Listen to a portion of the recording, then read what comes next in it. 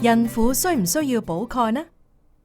懷孕期間攝取足夠嘅鈣質，唔單止對 BB 嘅骨骼同牙齒發育有幫助，亦可以減低妊娠高血壓同埋早產嘅風險。我係咪需要額外食鈣質補充劑呢？孕婦喺正常情況下，可以喺食物裏面攝取到足夠嘅鈣質，並唔需要額外食維他命或者營養補充劑。食過量嘅補充劑可能會對身體有害，例如會減低鐵質嘅吸收，而增加貧血嘅機會。身體含有過量嘅鈣質，亦可能會引致腎結石。所以孕婦應該要從天然食物裏面吸收足夠嘅鈣質。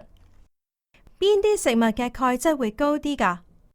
一般嚟講，孕婦可以喺唔同種類嘅食物裏面吸收到足夠嘅鈣質。你可以選擇經巴士德高溫消毒嘅奶、乳酪同埋芝士。除咗奶類食品，有好多食物嘅鈣質都好高㗎，好似豆腐或者豆腐乾。而硬豆腐嘅鈣質含量就比起軟豆腐嘅高。加鈣嘅豆漿、深綠色嘅蔬菜、魚類、芝麻、果仁等等。如果想知得詳細啲，你可以參考懷孕期與哺乳期嘅營養常識單張。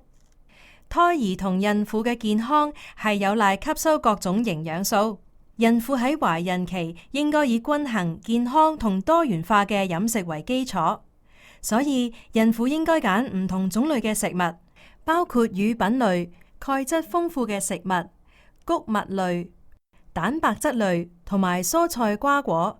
咁就可以確保吸收到多元化同足夠嘅營養啦。